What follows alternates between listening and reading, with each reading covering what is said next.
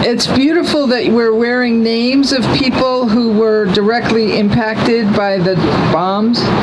And now we want to hear from Rev Nobuak Hanaoka, our special guest speaker, who was an infant when the bomb fell on Nagasaki on August 9th, 1945. His mother and sister died from illnesses linked to radiation poisoning, and his brother died at age 39 from premature aging associated with fallout from the bomb.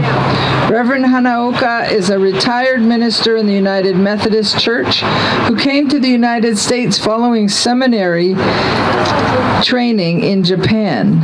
He has settled in the Bay Area where he speaks, writes, and teaches on topics of peace and human rights. Please welcome Reverend Hanaoka. Thank you very much. I'm here with a sense of urgency now, more than ever, because we're going back to the Cold War era nuclear arms race mentality.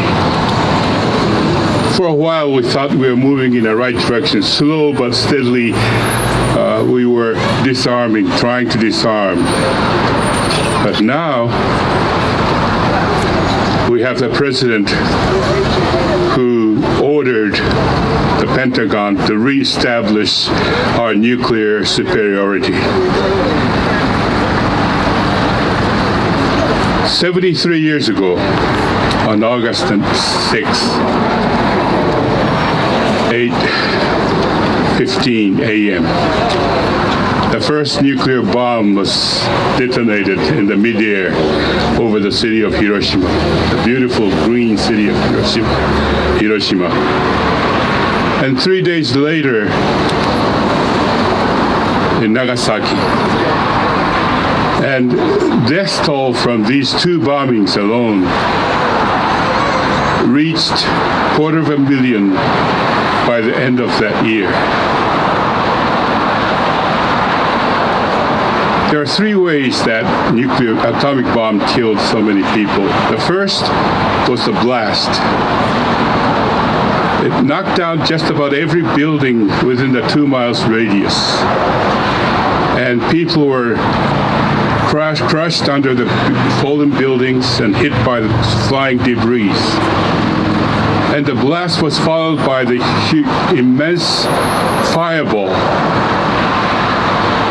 It keeps growing until it engulfed the whole city.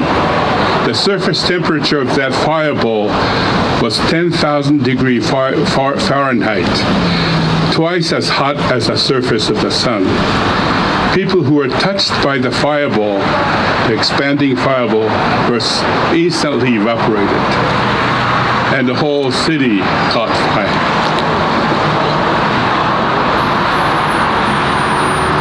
More insidious and deadlier were the nuclear radioactive fallout. Small particles, invisible particles, that spread into the atmosphere over the wider area and then came down with the rain. Do you know what that means? Air was contaminated. Water was contaminated. The people who survived the initial impact still had to breathe and drink. There was no way to escape the radiation. Fortunately, our family was living outside of the city, miles away from the city limit. And there are a couple mountains in between that shielded us from the blast and the fire.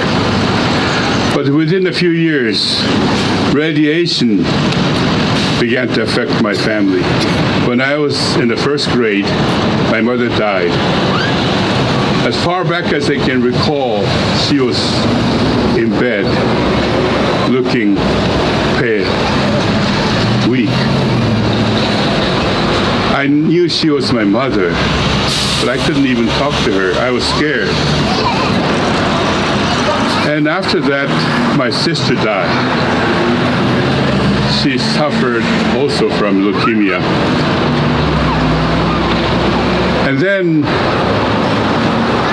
about 30 years later, my brother died of the unknown illnesses. Doctor, unable to determine the cause of his death, they performed autopsy. And the doctor is shocked because his internal organs were those of the 80-year-old man. We suspected that it had something to do with the radiation. You know, nuclear bomb keep people suffering long after the end of the war. You know, 73 years ago, it came to Hiroshima, Nagasaki. We still have our friends who are still suffering. The radiation that, once it's inside our bodies, goes to the bone marrow, destroying the immune system, which makes the person getting sick all the time, just like the AIDS patient or HIV. The same. And people say that it's like holding a time bomb inside, because you never know when you get sick, when you die. So survivors, we call them survivors, but they call themselves, their lives, as a process of dying, slow, painful death. 73 years later, we're still talking like that. And then every time we get together, they say how lucky were the ones who got killed instantly, because they were spared of the long and miserable, painful suffering. I'm fortunate to be here, but a lot of people are not as fortunate as I am. After my sister died, my father was concerned that because, you know, his loved ones were dying one after another. He asked my sister's doctor, what is going to happen to our family? The doctor said, about the youngest one, me. If he was exposed to the radiation the same way as was his mother and sister, he may not live to see his 10th birthday. I didn't know how to process that information, that I only had 3 years to live.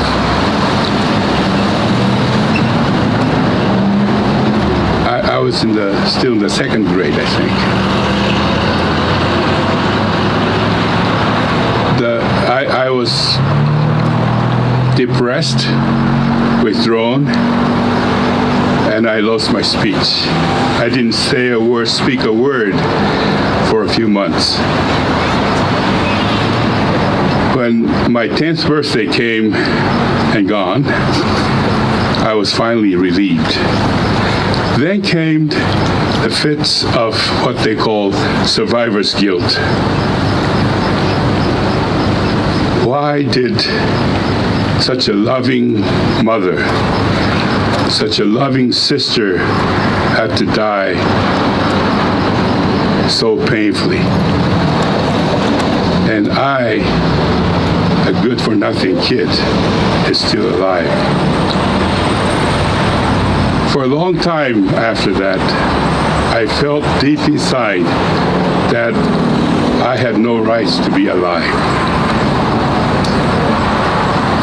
I don't want anybody to have to live like this. Nuclear bombs, nuclear weapons are the most inhumane, immoral, and weapons of mass annihilation as the most painful ways. You know, Hiroshima bomb was only 15 kilotons of TNT. The largest, most powerful weapons today is a Russian-made bomb called Tsar Bomba, which is 50 megaton, 3,300 times more powerful than the Hiroshima bomb. If the Hiroshima bomb, the rudimentary small bombs, inflicted so much pain and sufferings for so long, you can imagine what these new weapons can do to us. It'll be not, the disaster is not the word. It's a global suffering, global crime. Mr. President, if you want the Peace Prize, we know that if you're holding so much weapons, if your weapons are so much superior to the rest of the world, you have no right to demand other states such as Iran and North Korea to disarm. The only way to be able to convince them to disarm is all of us, all 9 nuclear states, to disarm together. Amen. So, Mr. President, if you want a Peace Prize, invite all these 9 nuclear states together and to start discussing dismantling of all these criminal weapons. And ever since the end of the Cold War, we have been a bit complacent. But now we should start raising our voices as loud as we can. No more A-bomb. No more nuclear bomb. No more wars. Abolish these illegal weapons. You know, some scientists have estimated that the largest exploding the 50 megaton bomb blasts will circle the whole Earth 3.5 times, spreading the radiation all over the world. We can't allow that. So, my friends, start demanding, start raising your voices, start acting. No more nuclear weapons. Thank you.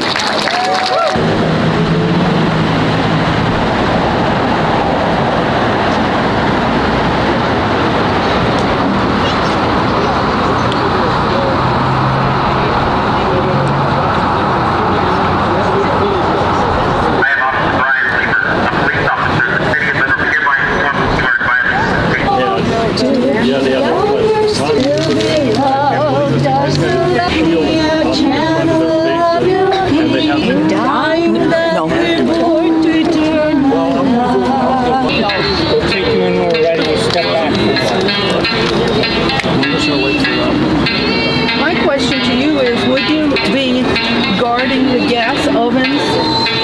Would you be putting people into the gas, putting the people who are already dead? Would you be doing that in Germany if you were ordered to?